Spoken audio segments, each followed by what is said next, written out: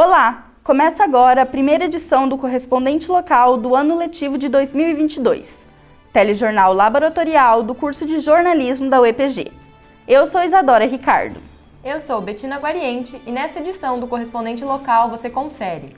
Prefeitura de Ponta Grossa volta a recomendar o uso de máscaras devido ao aumento de casos de Covid e outras doenças respiratórias. Corte de verbas na UTF-PR de Ponta Grossa sinaliza risco para funcionamento da instituição.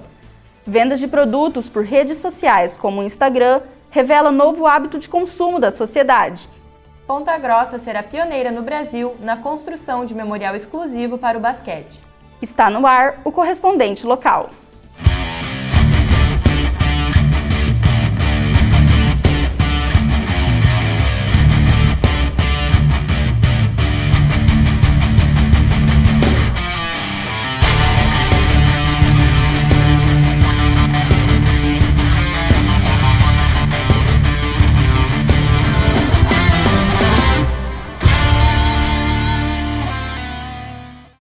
Aumento de casos de Covid e outras doenças respiratórias aponta para maiores cuidados de prevenção em Ponta Grossa. Prefeitura volta a recomendar o uso de máscaras. Assista a reportagem de Isadora Ricardo. O comportamento da sociedade muda com a chegada das baixas temperaturas.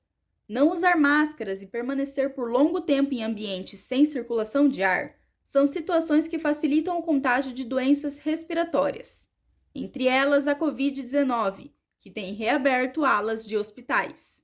Em alguns hospitais a gente tinha fechado a ala Covid, tinha fechado a UTI Covid, e agora em junho tivemos que reabrir tudo de novo. Pelo outono, inverno, liberação das máscaras, o pessoal ficou mais relaxado, e daí vem esse monte de vírus respiratório e, consequentemente, o aumento das internações. Então, sim, a gente tem visto uma nova onda, talvez, um novo aumento de casos, na maioria das vezes leves, mas sim um aumento de internações também. Em Ponta Grossa, a Covid tem registrado aumento no número de casos diários e preocupa a população. No mês de maio, a Fundação Municipal de Saúde confirmou 1.517 novos casos. Somente na primeira semana de junho, 558 novas infecções foram contabilizadas. Sintomas como dor de cabeça, dor de garganta, mal-estar, coriza e febre ativam o alerta para um possível aparecimento de doenças respiratórias. E a qualquer indicação sintomática, a recomendação é procurar atendimento médico. É bom sempre procurar, até para fazer a testagem no dia correto. Se o teste vier negativo, ter essa orientação de manter isolamento para repetir o teste em 24, 48 horas, né? Às vezes o paciente já precisa ficar afastado, né? Então ele já precisa, por exemplo, de um atestado, né? Então isso também é importante ter algum médico de confiança aí para poder fazer essas orientações. Você tá com sintoma, testa, pelo menos para Covid. Testa, tá? É só assim que a gente vai conseguir manter os afastamentos, controlar a disseminação. Então, assim, tem que testar, não tem jeito. Tá com sintoma esquisito, começou com sintoma, tem que testar. Para tentar controlar o aumento de doenças, a Prefeitura voltou a recomendar o uso de máscaras em ambientes fechados ou com aglomeração. Além disso, campanhas de vacinação da gripe e Covid estão sendo realizadas na cidade. A adesão da população à vacina é importante para que haja uma diminuição no número de casos graves das doenças. Isadora Ricardo para o Correspondente Local. Campanhas do agasalho levam roupas de inverno à população mais carente. Os detalhes são com a repórter Ana Barbato. Com a chegada do frio, roupas de inverno se tornam uma necessidade para as pessoas. Porém, a falta de agasalhos é um problema para muitos. Esse, por exemplo, é o caso da população que vive nas ruas e que cresce cada vez mais. Dados de um levantamento realizado pelo Observatório Brasileiro de Políticas Públicas, em parceria com a Universidade Federal de Minas Gerais, mostram que em 2022, 184 mil pessoas vivem nas ruas no Brasil. Desse total, apenas em 2022, 26 mil começaram a morar nas ruas. Com o início do inverno, essa população precisa da doação de roupas.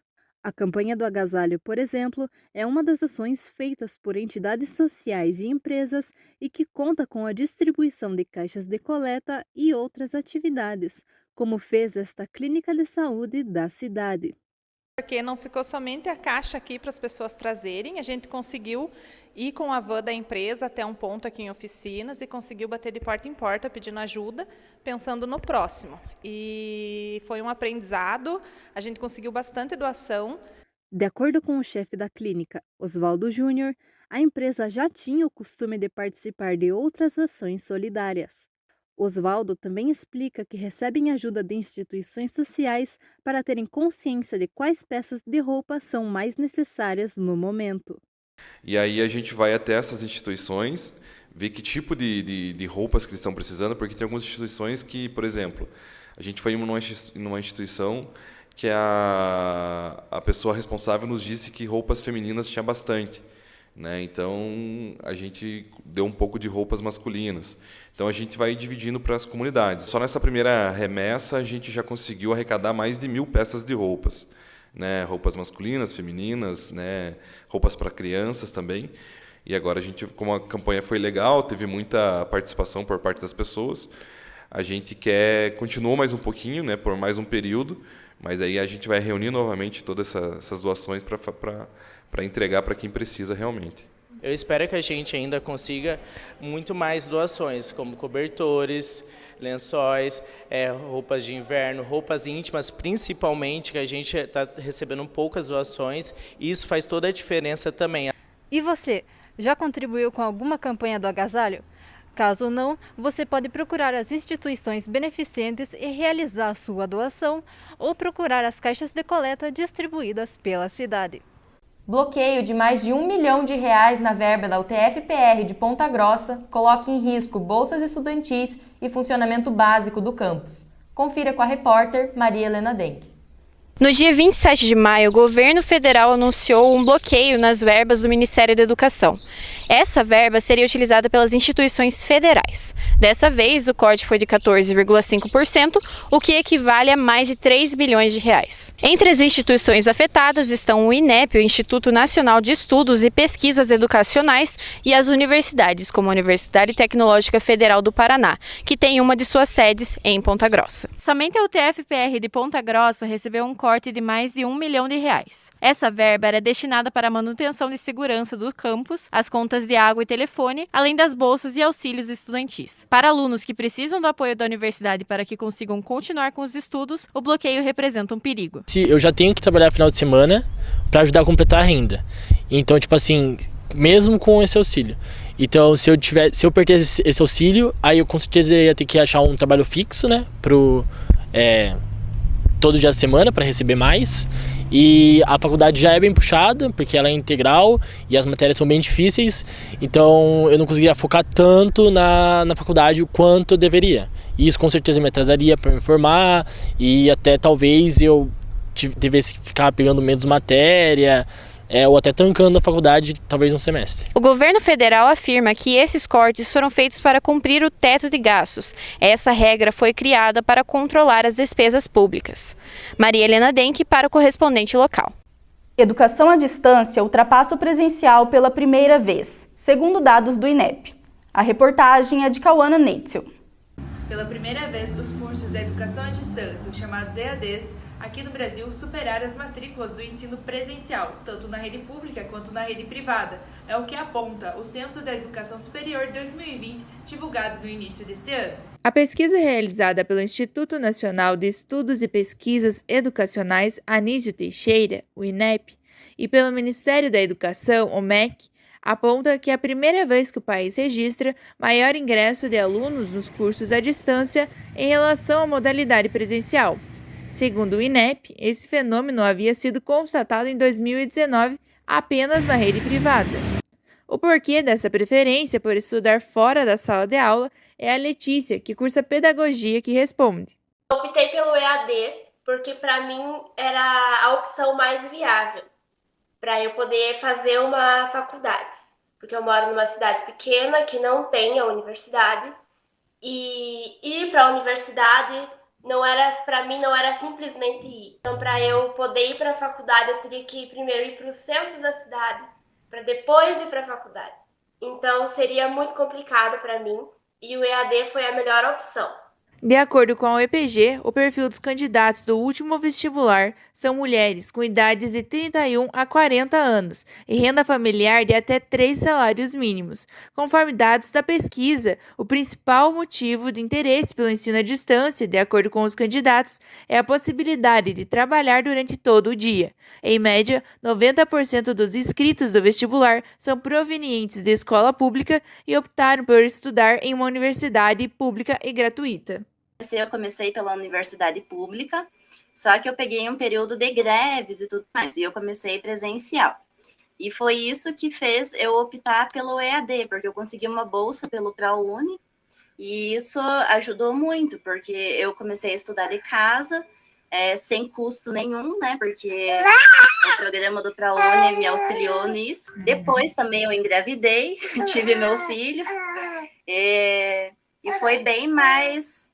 Não digo assim fácil, mas o acesso foi mais tranquilo para estudar e tudo mais. Mas o aluno deve se preparar para encarar a mudança. Quando você vai para a faculdade presencial, você tem horário para chegar, você tem horário para sair. E o EAD você acaba incluindo no teu dia outra rotina já. Todo o curso EAD, ele exige muito do aluno, principalmente porque muita coisa o próprio aluno tem que ir atrás. Porque você não tem o teu professor ali para você levantar a mão e falar, professor, como que eu faço isso e isso? É que depende muito da gente. Tipo, o teu tempo, você sentar e fazer. Porque, às vezes, pelo fato de não ter aquele horário obrigatório, você acaba deixando no meio, né? Outra hora eu faço e tal. O ensino EAD depende muito da tua autonomia para o estudo. Dos mais de 3,7 milhões de ingressantes no ensino superior em 2020, tanto na rede privada quanto na rede pública, cerca de 2 milhões optaram pelo ensino à distância, quanto 1,7 milhão pelo ensino presencial. As reportagens que integram o correspondente estão sendo feitas no contexto da pandemia da Covid-19.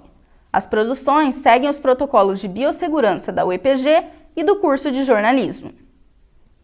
Em Ponta Grossa, Instagram é tendência como ferramenta de vendas devido aos hábitos de consumo da população. Confira a matéria da repórter Leriane Barbosa.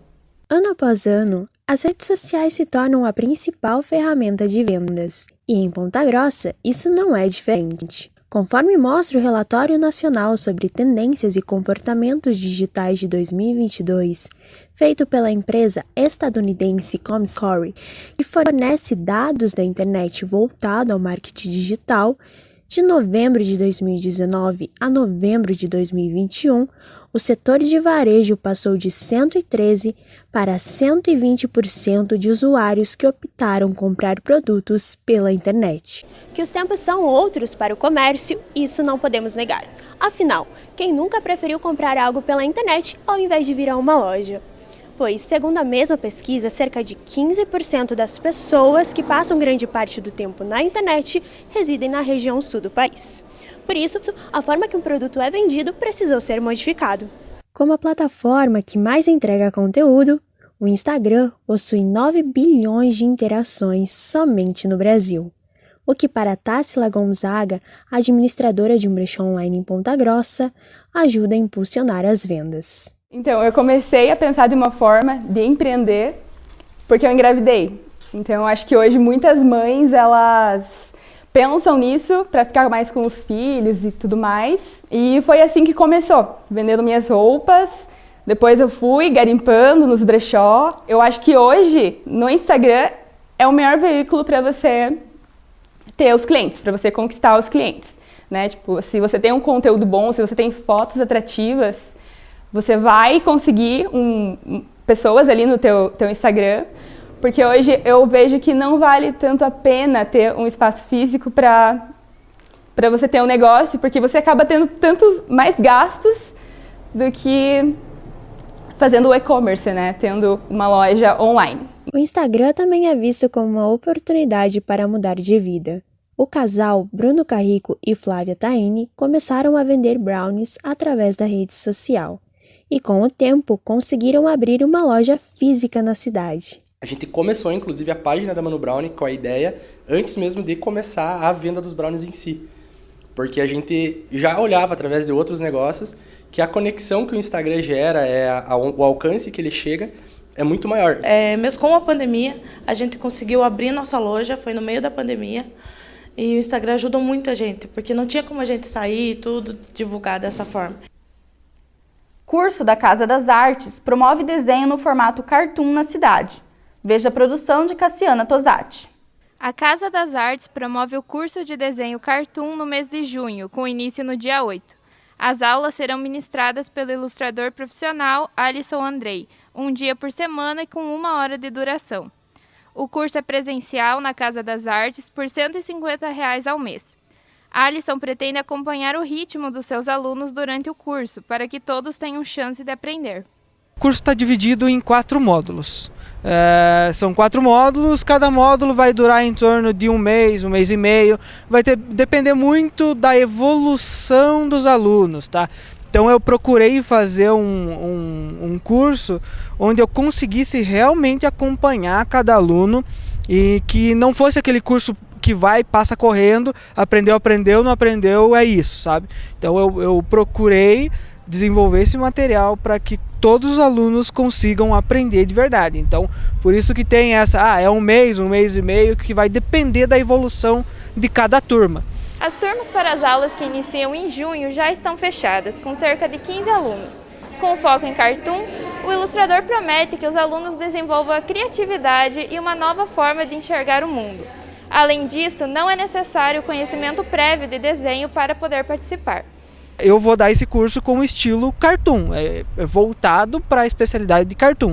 Então faz com que a pessoa, além de aprender os fundamentos do desenho, ainda consiga ter um traço, um estilo um pouco mais solto, mais fluido. É uma coisa que trabalha em cima de exageros, ao invés de trabalhar em cima daquela anatomia padrão do ser humano. Então, o curso é desenvolvido para isso, assim, para as pessoas conseguirem ser mais criativas, se soltarem mais, para quem já sabe desenhar, para quem não sabe desenhar, então abrange todos os públicos. Os materiais necessários para as aulas são lápis, papel, borracha e caneta nanquim simples, e a idade mínima é de 12 anos. Para saber detalhes sobre o curso de Alisson Andrei na Casa das Artes, acesse alissonandrei.com.br/curso de desenho. Ponta Grossa será a primeira cidade do Brasil a ter um memorial do basquete. Confira com a repórter Victoria Celares. Como pioneira nacional, a cidade de Ponta Grossa será sede do primeiro memorial exclusivo para o basquete. Com o apoio da Lei de Incentivo à Cultura, o local focará no esporte na região, mas também irá expor objetos que marcam o passado do esporte a nível estadual e nacional. A iniciativa é da Associação do Memorial do Basquete de Ponta Grossa, a MBPG, que surgiu em 2018, mas os primeiros passos para construir o memorial veio somente em 2020, conta a presidente da MBPG, Carmen Silva. Em 2018, foi quando um grupo de pessoas, todas relacionadas ao basquetebol, se encontraram na cidade de Curitiba. E nessa conversa entre amigos surgiu então a conversa de que a memória do basquetebol de Ponta Grossa estaria se perdendo, com o passar dos anos. Dessa conversa tiveram a ideia, esse grupo de pessoas, de fazerem um grupo de WhatsApp com pessoas relacionadas ao basquetebol, o que foi feito. Esse grupo de WhatsApp foi crescendo, foi aumentando o número de pessoas, aqui de Ponta Grossa, algumas pessoas de Curitiba também, que jogaram aqui em Ponta Grossa e posteriormente foram ter suas vidas na cidade de Curitiba, na capital do estado. Desse grupo de WhatsApp, já foram inicialmente realizadas algumas reuniões, Então foram surgindo ideias da busca, então, de como que seria feita, essa busca pela memória do basquetebol de Ponta Grossa, para que ela não se perdesse. O memorial atualmente está na fase de arrolamento, conservação preventiva e catalogação das peças. A historiadora Camila Almeida explica como funciona cada etapa. Então, a gente começou a trabalhar agora esse ano, aqui no memorial, fazendo a parte do arrolamento do acervo. O que seria especificamente esse arrolamento de acervo? O arrolamento, a gente dá um número para cada peça, para cada selo, para cada foto, né? Para cada objeto do acervo. Esse número, ele tem a descrição, né, da qualidade técnica, da qualidade que ele tem, se ele está bem preservado, a preservação, a quem pertenceu, a história desse objeto. Muitas vezes, se a gente não tem a história correta desse objeto, a gente faz pesquisas, né, vai nas outras instituições de guarda de memória da cidade e vai fazendo todas essas pesquisas. A gente também está fazendo a documentação do acervo, porque cada troféu, cada selo que entra aqui dentro, ele tem que ser documentado, né? Se ele é por doação, quem doou, a pessoa assinando, e nós assinando, a nossa presidente, a professora Carmen, com o nosso comprometimento de preservar para futuras pesquisas e exposições. Posteriormente, esse processo de arrolamento, que é o conhecer, numerar esse acervo, a gente passa pelo que a gente chama de higienização, que seria tirar toda a poeira, tirar todo o desgaste que esse material acaba tendo muitas vezes, né? Então, a gente chama, nos troféus, a gente dá o que a gente chama de banho químico, nas fotografias.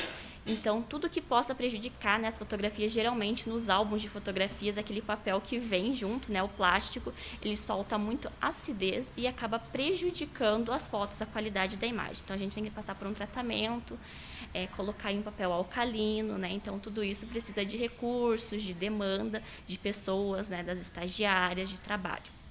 Posteriormente, depois que passar por esse processo de higienização, essa limpeza, né, profunda de tudo, a gente vai colocar esses objetos até ter uma exposição itinerante, que são as exposições que vão de um lugar para o outro, né, na nossa reserva técnica. A nossa reserva técnica vai ser um ambiente onde esses materiais sejam bem alocados, preservados, né. De acordo com a MBPG, o próximo passo é dar entrada em um novo processo de lei de incentivo à cultura para dar continuidade aos trabalhos e iniciar a construção do Memorial de Basquete em um terreno doado pela Prefeitura Municipal de Ponta Grossa.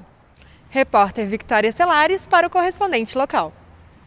Ficamos por aqui com a primeira edição do Correspondente Local do ano letivo de 2022. Para acompanhar as produções do curso, siga @periódico-epg e a nossa página na internet periódico.sites.epg.br. Até a próxima edição. Agradecemos a sua audiência.